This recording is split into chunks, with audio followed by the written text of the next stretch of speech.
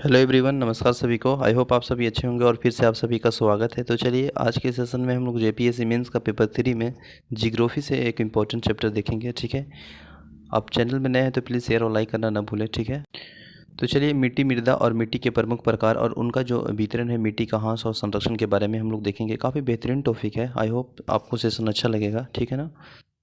अगर हम लोग बात करेंगे मिट्टी की परिभाषा की, तो मिट्टी भूपटल पर पाई जाने वाली एक पतली परत है जिसका निर्माण चट्टानों के टूटे हुए खनिज कणों और पेड़ पौधे जीव जंतुओं के गले सड़े अंश से होता है। ठीक ना।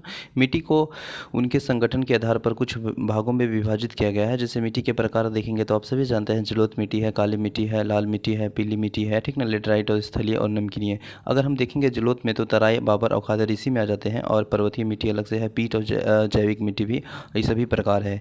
बात करेंगे जलोढ़ मिट्टी के, तो जलोढ़ मिट्टी के अगर हम देखेंगे तो इस मिट्टी का जो विस्तार है 7.7 लाख वर्ग किलोमीटर क्षेत्र में पाया जाता है।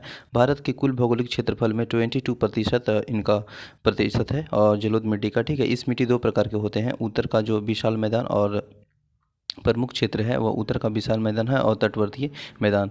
इसके अलावा नदियों की घाटी और डेल्टा भागों में भी यह मिट्टी पाई जाती है। इस मिट्टी का निर्माण नदियों द्वारा लाए गए तलछट निक्षेपण से हुआ है, और इस प्रकार के यह एक अक्षेत्रीय मिट्टी है। इस मिट्टी में नाइट्रोजन, फास्फोरस और ह्यूमस की कमी होती है, परंतु मिट्टी के जो पोटास और चूना का अंश पर्याप्त होता है। इस मिट्टी का सामान्यतः 3 वर्गों में विभाजित किया गया है। अगर हम बात करेंगे तराई का, तो ठीक है, यह भाबर के दक्षिण में पाया जाता है, और इसमें महीन कंकड़ और रेत, चिकनी मिट्टी, छोटे छोटे पत्थर आदि पाए जाते हैं।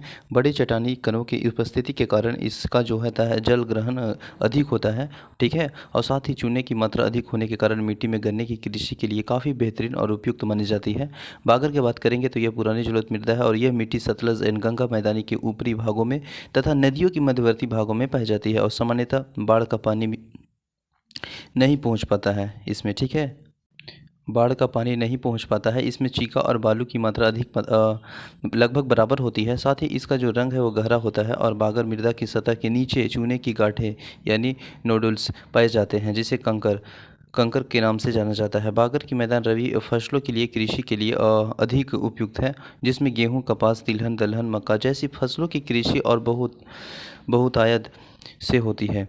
पूर्वी तटीय मैदान के जो ऊपरी भाग में भी बागर मिट्टी पाई जाती है, और इसमें तंबाकू, मक्का की खेती मतलब कृषि बहुतायत से होती है। हाल ही के वर्षों में इस मृदा के क्षेत्र में कपास और गन्ने की कृषि की प्रधानता दी जा रही है। अब खादर के देखेंगे कि यह नवीन जलोढ़ मृदा है।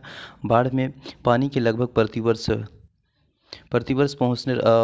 पहुँचते रहते के कारण ही इस मृदा का नवीनीकरण होता रहता है। ठीक है, इस मृदा में सिल्ट और क्ले तुलनात्मक रूप से अधिक पाया जाता है। इसका जो रंग है वह हल्का होता है, और यह मिट्टी निम्न गंगा के मैदान में, ब्रह्मपुत्र घाटी और डेल्टाई क्षेत्रों में पाई जाती है। यह मिट्टी की बात करेंगे तो खरीफ फसल जैसे में चावल हो गया, जूट हो गया, ठीक ना, इसे विशेष रूप से उपयुक्त माना जाता है। किसमें? खादर मिट्टी में। बात करेंगे काली मिट्टी की, तो यह मृदा का लगभग 5 लाख वर्ग किलोमीटर क्षेत्र में फैला हुआ है। 10 डिग्री से 25 डिग्री उत्तरी अक्षांश और 73 डिग्री से 80 डिग्री देशांतर के बीच पाई जाती है, और ये इसे रेगनू नाम के भी नाम से जाना जाता है।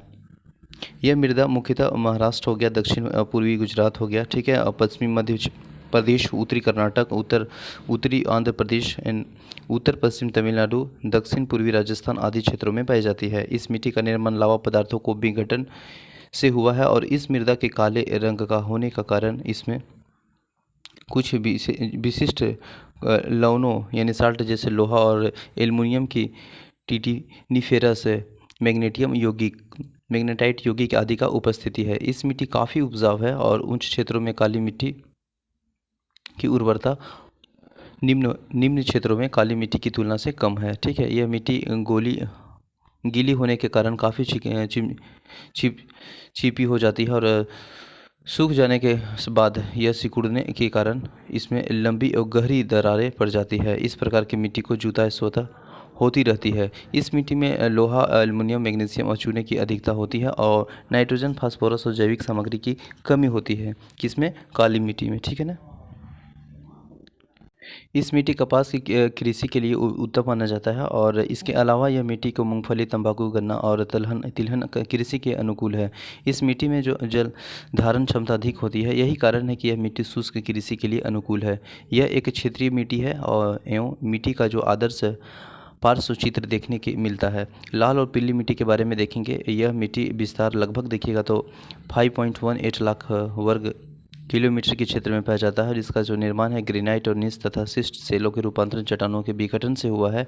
लोहे के ऑक्साइड की उपस्थिति के कारण इसका जो रंग है लाल होता है, ठीक है। और यह मिट्टी का रंग है कुछ क्षेत्रों में चॉकलेटी और पीला भी देखने को मिलता है, ठीक है। यह मिट्टी प्रवेशय होता है एवं इसमें कंकड़ भी पाए जाते हैं। यह मिट्टी झारखंड के संथाल परगना क्षेत्र पर एवं छोटा नागपुर, पठार, पश्चिमी बंगाल और पठारी क्षेत्र तमिलनाडु, कर्नाटक और दक्षिण पूर्वी महाराष्ट्र, पश्चिम दक्षिण आंध्र प्रदेश, मध्य प्रदेश और छत्तीसगढ़ के अधिकांश भाग में, उड़ीसा और उत्तर प्रदेश के झांसी, ललितपुर, मिर्ज़ापुर, बांसा क्षेत्रों में पाई जाती है। पश्चिमी घाट के जो गिरिपद क्षेत्र का एक लंबी पट्टी में लाल दोमट मृदा पाई जाती है, ठीक ना। इस मिट्टी की नाइट्रोजन और फास्फोरस और ह्यूमस की कमी होती है। किसमें? लाल और पीली मिट्टी की बात की जा रही है, ठीक है। इस पे देखेंगे तो ऊंचाई वाले भागों में जो ये मिट्टियाँ है वो पतली और कंकड़ीली और हल्के रंग की होती है, जबकि निम्न मैदानों वाली मिट्टी गहरे रंग के तुलनात्मक रूप से अधिक उपजाऊ होती है। इस मिट्टी के मुख्यतः मोटे अनाज, दलहन एवं तिलहन की कृषि की जाती है।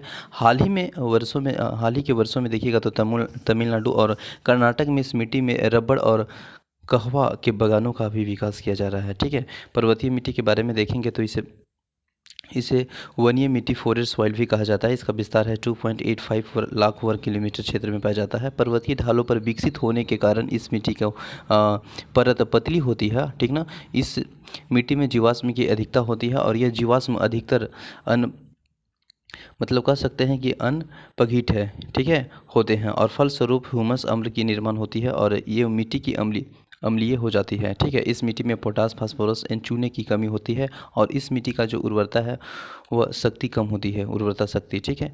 ढालों पर स्थित होने के कारण यह मिट्टी बागानी फसलों की कृषि के लिए विशेष रूप से उपयोगी है और भारत में चाय, कहवा, मसाले एवं फलों की कृषि इसी मिट्टी में की जाती है, ठीक है।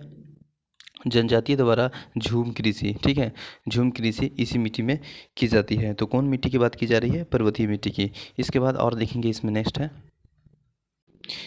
यह मिट्टी मुख्यतः हिमालय क्षेत्र, उत्तर पूर्वी भारत के पहाड़ी क्षेत्रों में भी और पूर्वी घाट और प्रायद्वीपीय भारत के पहाड़ी क्षेत्रों में पाई जाती है। और वनों की कटाई एवं कृषि कार्य के विस्तार से इस मृदा प्रदेश में भूमि क्षरण की गंभीर समस्या उत्पन्न हो सकती है, ठीक है।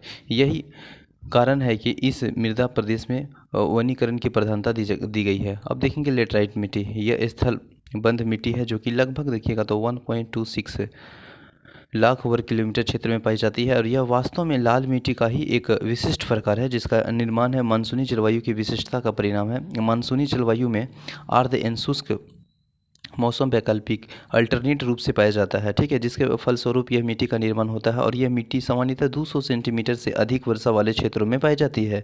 अधिक वर्षा के कारण लेटराइट चट्टान के अपक्षलन, ठीक है, लीचिंग की क्रिया होती है और फलस्वरूप सिलिका और चूने के अंश रिस कर नीचे चले जाते हैं, ठीक है। और यह मिट्टी के देखेंगे मृदा के रूप में तो लोहा और एल्युमिनियम की यौगिक बचे रह जाते हैं और शुष्क मौसम में यह मिट्टी सूख कर ईंट की भांति कठोर हो जाती है और गीली होने पर लही की तरह लिपलिपी हो जाती है। यह मिट्टी का मुख्य रूप से अगर देखेंगे तो पूर्वी और पश्चिमी घाट राजमहल की पहाड़ी, जो कि कहाँ पे है? झारखंड में है, ठीक है। केरल और कर्नाटक के कुछ क्षेत्रों में, उड़ीसा के पठारी क्षेत्र, छोटा नागपुर के पाट प्रदेश और असम के कुछ क्षेत्रों में मेघालय के पठार पर पाई जाती है और इसका जो सर्वाधिक विस्तार है वह केरल राज्य में है, ओके।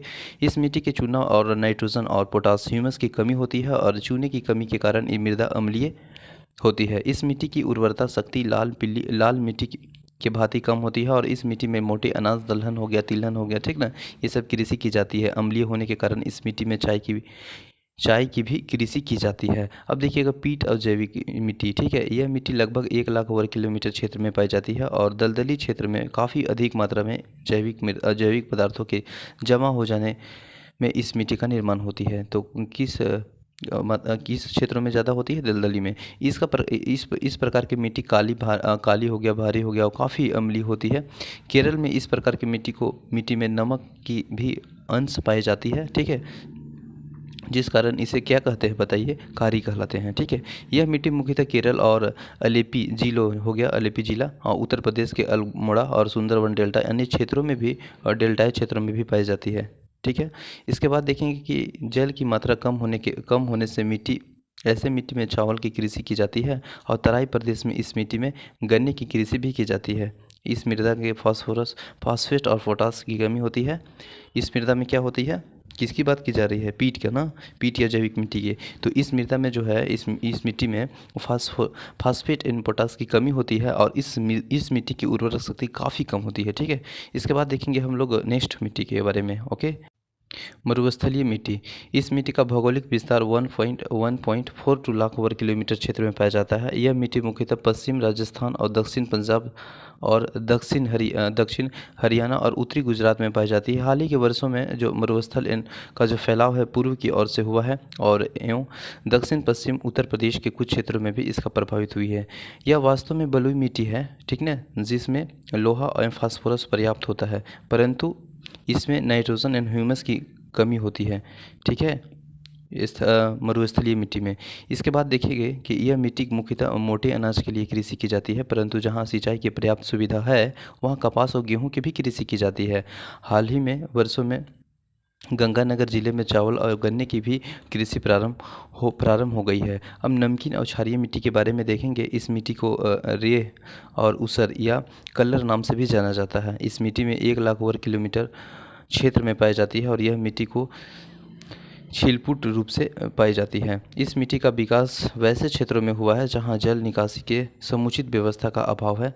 ऐसे स्थिति में केशिका कर्षण, ठीक है, कैपिलरी एंड एक्शन की क्रिया द्वारा सोडियम, कैल्शियम एंड मैग्नीशियम की लवण मृदा की ऊपरी सतह पर निक्षेपण हो जाती है और फलस्वरूप इस मिट्टी में लवण की मात्रा काफ़ी बढ़ जाती है। समुद्र तटीय क्षेत्रों में भी ज्वार की समय नमकीन जल की भूमि पर फैल जाने से इस मृदा का निर्माण होती है, ठीक है। किसकी? नमकीन एंड क्षारीय मृदा की बात की जा रही है। नमकीन जो मिट्टियाँ हैं वो सोडियम क्लोराइड और सोडियम सल्फेट की अधिकता होती है, ठीक है, तथा क्षारीय मृदा में सोडियम बाइकार्बोनेट की अधिकता होती है और ऐसे मृदाओं को नाइट्रोजन में कमी होती है, ठीक है।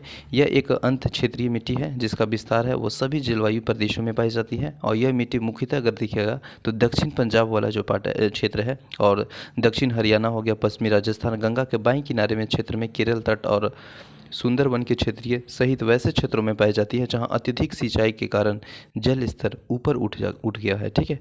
यह एक अनुपजाऊ मिट्टी है, ठीक है, याद रखेंगे, अनुपजाऊ मिट्टी है जो कि तटीय क्षेत्रों में इस मिट्टी का नारियल एंड तेल ताड़ होता है ना, ऑयल पाल्म की कृषि की जाती है। कहाँ पे? तटीय क्षेत्रों में। किस चीज़ की? नारियल और तेल ताड़ की। किस मिट्टी में? नमकीन क्षारीय मिट्टी में, ठीक है। इस मिट्टी का सुधार निम्नलिखित उपाय है जैसे किया जा सकता है। अगर देखिएगा तो पहला है उपाय के रूप में, अगर देखिएगा सुधार के रूप में, तो पहला देखिएगा हरी घास एंड जिप्सम का प्रयोग करके जल निकासी का उत्तम व्यवस्था होनी चाहिए, ठीक है। खेत में जल से भर कर लवण के धूल जाने के पश्चात जल को बहाकर इसके बाद देखिएगा तो नहरों से रिसने वाली जो जल पर काबू पाना और समुचित सिंचाई व्यवस्था अपनाना। अब देखेंगे हम लोग मिट्टी की समस्या के बारे में, ठीक है ना।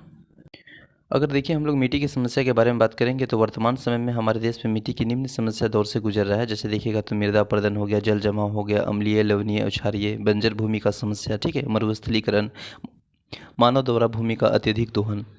तो तमाम तरह की ये सब पॉइंट है जिससे क्या है समस्या को देखने को मिलता है मिट्टी की समस्या में। अगर मृदा अपरदन की बात करेंगे, मृदा अपरदन की समस्या, तो वर्तमान समय में भारत की मृदा अपरदन की जो समस्या है वो काफ़ी गंभीर है। भारतीय कृषि अनुसंधान परिषद ICAR के अनुसार भारत में 60% जो भूमि है वो मृदा क्षरण की समस्या से ग्रसित है। रिसले के अनुसार बताया जाता है कि भारत में जो प्रति वर्ष 1/8 सेंटीमीटर मिट्टी जो मोटी मृदा परत का जो क्षरण हो जाता है और इस मृदा परत के क्षरण के लिए प्राकृतिक और मानवीय दोनों ही कारण उत्तरदायी है। हाल ही में वर्षों में मानव द्वारा कृषि भूमि पर अवैज्ञानिक प्रयोग के कारण मृदा अपर्दन की समस्या गंभीर होती जा रही है और चंबल नदी की द्रोणी में बृहद बहुत ही विस्तृत है। मध्य प्रदेश के ग्वालियर और मुरैना और भिंड की जिलों में भी, उत्तर प्रदेश के आगरा और इटावा और जालोर जिला में बीडर 6 लाख हेक्टेयर भूमि में फैली हुई है। तमिलनाडु की दक्षिणी और उत्तरी, जो कि अर्काट, कन्याकुमारी और तिरुचिपल्ली, ठीक है, चिगलीपुल, सेलम और कोयम्बटूर जिलों में भी बीहड़ पाई जाती है। और पश्चिम बंगाल में भी पुरुलिया जिले में भी कंसावती नदी के ऊपरी जलग्रहण क्षेत्रों में भी अनेक अवनीलकाएँ और बीहड़ हैं। तो देश में लगभग देखिएगा तो 8,000 हेक्टेयर भूमि प्रतिवर्ष बीहड़ बन गई जाती है, ठीक है, मृदा अपरदन के समस्या के कारण। इसके बाद देखेंगे मृदा अपरदन के प्रकार में, तो परत अपरदन है। परत अपरदन में देखिएगा तो जब जल या वायु मिट्टी के ऊपरी परत में बहाकर या उड़ाकर ले जाते हैं तो इसे परत अपरदन कहा जाता है, जैसे पश्चिमी भारत में, ठीक है। इसके बाद अवनीलिका अपरदन, जब तीव्र गति से बहता हुआ जल मिट्टी की काटकर गहरी नालियों और खड़ों का निर्माण कर लेती है, तो ऐसे अवनीलिका अपरदन कहा जाता है, जैसे चंबल क्षेत्र में है, ठीक है। भारत में जल और वायु दोनों कारकों के द्वारा मिट्टी अपरदन का कार्य होता है। जल अपरदन से प्रभावित क्षेत्र देखिएगा तो शिवालिक और हिमालय पर्वत मुख्यतः मध्य एवं पूर्वी भाग में है। यमुना और चंबल नदी की घाटी उत्तर पूर्वी भारत, ठीक है। उत्तर प्रदेश का जो बज्रभूमि क्षेत्र है, ठीक है। पश्चिमी घाट का पर्वतीय क्षेत्र तमिलनाडु एंड पश्चिम बंगाल के कुछ क्षेत्र हैं, ठीक है। इसके बाद नेक्स्ट देखेंगे वायु अपरदन से प्रभावित क्षेत्र, जैसे पश्चिमी राजस्थान हो गया, दक्षिण पंजाब हो गया और पश्चिम हरियाणा वाले क्षेत्र में। भारत के मैदानी भागों और वर्षा ऋतु में जल द्वारा एवं शुष्क मौसम वायु के अपरदन का कार्य होता है, ठीक है। मृदा अपरदन के कारण में देखेंगे तो तीव्र और मूसलाधार वर्षा ये भी कारण बन सकता है। तीव्र वायु, भूमि का तीव्र ढाल, मिट्टी का हल्कापन, वनों की कटाई, अतिचारण, ठीक है ना, अवैज्ञानिक कृषि, जैसे ढाल के समानांतर खेत की जुताई, फसल और चक्र का अपनाना, अत्यधिक सिंचाई एवं उर्वरक का प्रयोग आदि झूम कृषि हो गया, ठीक है। विकास कार्य जैसे खनिजों के लिए भी खुदाई एवं सड़क एवं बांध आदि का निर्माण है। मृदा अपरदन की समस्या से प्रभावित प्रमुख क्षेत्र, पहला अगर बात करेंगे तो मध्य भारत में जो चंबल और यमुना और उसकी जो सहायक नदियाँ की घाटी है, इसी क्षेत्र में 36 लाख हेक्टेयर भूमि द्वारा कह सकते हैं कि मृदा अपरदन की समस्या से ग्रसित है, जिसमें 20 लाख हेक्टेयर क्षेत्र मध्य प्रदेश में है, ओके। और यह भाग अवनीलिका अपरदन से बुरी तरह से प्रभावित है। इस क्षेत्र में ही मिट्टी काफ़ी हल्की है और वे वनस्पति और आवरण के अभाव से मृदा का अपरदन काफ़ी तीव्र से होती है। दूसरा में देखेंगे तो उत्तर पूर्वी भारत, जिसे रेंगरी और मिट्टी यानी क्रीपिंग सॉइल के क्षेत्र कहा जाता है, और इसमें लगभग देखिएगा तो 60% भूमि जो है वह गंभीर रूप से मृदा अपरदन की समस्या से ग्रसित है। इसका जो कारण है वनों की कटाई और झूम और सीढ़ीनुमा कृषि, भारी मात्रा में मतलब कृषि और भारी वर्षा है, ठीक है। हिमालय एवं शिवालिक क्षेत्र में देखेंगे तो इसमें है कि वनों की कटाई और कृषि कार्य के विस्तार के कारण असम और कुमायूं, जो कि हिमालय में यह समस्या है। हिमाचल प्रदेश, माफ़ कीजिएगा, हिमाचल प्रदेश एंड जम्मू कश्मीर में इस समस्या के कारण अतिचारण है, ठीक है। छोटा नागपुर प्रदेश में देखेंगे तो इसमें है कि इस क्षेत्र में मृदा अपरदन की सर्वाधिक महत्वपूर्ण कारण वनों की कटाई है, बिल्कुल। इसके बाद मरुस्थलीय क्षेत्र में है तो इसके अंतर्गत पश्चिमी जो राजस्थान के जिले आते हैं, जहां वायु द्वारा अपरदन की क्रिया अधिक प्रभावी है। इसके अलावा पश्चिमी घाट पर्वत क्षेत्र, तमिलनाडु, उड़ीसा और बंगाल के भी मृदा अपरदन की गंभीर समस्या है। भारत में मृदा अपरदन की समस्या को निपटने के लिए सरकार द्वारा सन 1953 ईस्वी में केंद्रीय भूमि संरक्षण बोर्ड यानी सेंट्रल सॉइल कंजर्वेशन बोर्ड की स्थापना की गई है, जिसके 3 उद्देश्य है। 3 उद्देश्य के बारे में अगर हम लोग देखेंगे तो उस उद्देश्य को हम लोग देखें अभी करते हैं, ठीक है। अगर हम लोग पहला बात करेंगे सेंट्रल सॉइल कंजर्वेशन बोर्ड की जो 3 उद्देश्य है, 3 पर्पस है, तो पहला में देखिएगा असमतल, जो कि उबड़ खाबड़ है ना, भूमि के कृषि योग्य बनाना, ठीक है। असमतल, माफ़ कीजिएगा, असमतल जो है वह भूमि को मैंने कृषि योग्य बनाने का जो ये पर्पस है वो रखा गया है। किसके द्वारा बताइए? सेंट्रल सॉइल कंजर्वेशन बोर्ड, जिसकी स्थापना कब हुआ है? 1953 में, ठीक है। और इसके बाद देखिएगा तो मरुस्थलीय के विस्तार को नियंत्रण करना और वर्तमान कृषि भूमि को उर्वरता शक्ति को बनाए रखना, ठीक है। मृदा अपरदन के रोकने का उपाय है, अगर हम लोग देखेंगे इस प्रकार, तो पहला है कि वृक्षारोपण, पॉइंट में वृक्षारोपण और विशेषकर पहाड़ी ढालों, बंजर भूमि के, नदियों के किनारे, ठीक है, अतिचारण के नियंत्रण करना और फसल चक्र की कृषि पद्धति को अपनाना, जल के तीव्र वेग में रोकने के लिए मेड़बंदी करना और समोच्च रेखीय, जो कि एक ढाल का लंबवत जुताई करना और ऊबड़ खाबड़ जो भूमि है उसको समतल करना, ठीक है। पट्टीदार कृषि अपनाना और कृषक भूमि को की परतों एवं खुला हुआ जो कम से कम छोड़ना मतलब खुला हुआ छोड़ना, ठीक है। भूमि को वनस्पति और पुआल आदि के आवरण को ढेर ढेर कर रखा जाता है, ठीक है, हम ताकि मृदा की नमी की मात्रा बनी रही है। इसके बाद समुचित उर्वरक और सिंचाई द्वारा मृदा के उपजाऊ शक्ति को बनाए रखना। महत्वपूर्ण कुछ इंपॉर्टेंट फैक्ट है जो इससे संबंधित है, देख लेते हैं। भारत में जो कुल क्षेत्रफल है वह 22% भाग है जो कि जलोढ़ मृदा का जमाव यानी सर्वाधिक है, ठीक है। जलोढ़ मिट्टी में जो है, जलोढ़ मिट्टी में जब बालू के कणों और चीका की मात्रा लगभग बराबर होती है तो उसे दोमट मिट्टी कहते हैं, ठीक है। जलोढ़ मिट्टी जो नाइट्रोजन, फास्फोरस, ह्यूमस की कमी होती है, परंतु इस मिट्टी के पोटास और चूने की बहुलता पाई जाती है। किसमें? जलोढ़ मिट्टी में। जलोढ़ नवीन जलोढ़ मिट्टी में खादर एंड पुरानी जलोढ़ मिट्टी के बराबर कहा जाता है और ये मिट्टी काफ़ी उपजाऊ होती है ना। इसे गेहूँ हो गया, धान, मक्का, तिलहन, दलहन आदि फसल की उगाई जाती है। काली मिट्टी की बात करेंगे तो ये मुख्यतः दक्कन के अलावा क्षेत्र में पाया जाता है और इसमें रेगनी मिट्टी भी कहा जाता है काली मिट्टी को, ठीक है। काली मिट्टी को स्वतः यानी जुताई और काली मिट्टी मतलब वाली मिट्टी भी कहा जाता है क्योंकि इसमें नमी की समाप्ति के बाद दरारें पड़ जाती है। काली मिट्टी कपास की खेती के लिए सर्वाधिक उपयुक्त है और अन्य फसल जैसे गेहूँ, ज्वार, बाजरा भी आदि प्रमुख इसमें होते हैं काली मिट्टी में। लेटराइट मिट्टी की अगर हम लोग बात करेंगे तो ये मुख्य रूप से पूर्वी एवं पश्चिमी जो घाट है, पर्वत मालाबार और तटीय प्रदेश, राजमहल की पहाड़ी क्षेत्र, केरल, कर्नाटक है ना, उड़ीसा, छोटानागपुर, मेघालय पठार में पाई जाती है। लवणीय मिट्टी को रे और ऊसर या कलर के नाम से भी जाना जाता है और इसका जो विकास है वह शुष्क जलवायु वाले क्षेत्र में हुआ है जहाँ पे जल निकासी की समुचित व्यवस्था का अभाव है और इसमें सोडियम हो गया, कैल्शियम हो गया, मैग्नीशियम के लवण पाए जाते हैं, परंतु नाइट्रोजन और चूने की कमी पाई जाती है लवणीय मिट्टी में। बात करेंगे अगर लवणीय मिट्टी का विस्तार के तो दक्षिण पंजाब हो गया, दक्षिण हरियाणा हो गया, पश्चिमी राजस्थान, केरल तट और सुंदरवन क्षेत्र आदि में हुआ है। तटीय क्षेत्र इस मृदा को नारियल और पेड़ की जो बहुलता मिलती है तटीय क्षेत्र में, ठीक है। तो आई होप आपको सेशन अच्छा लगा होगा। थैंक यू एवरीवन, मिलते हैं नेक्स्ट सेशन में। जय हिंद।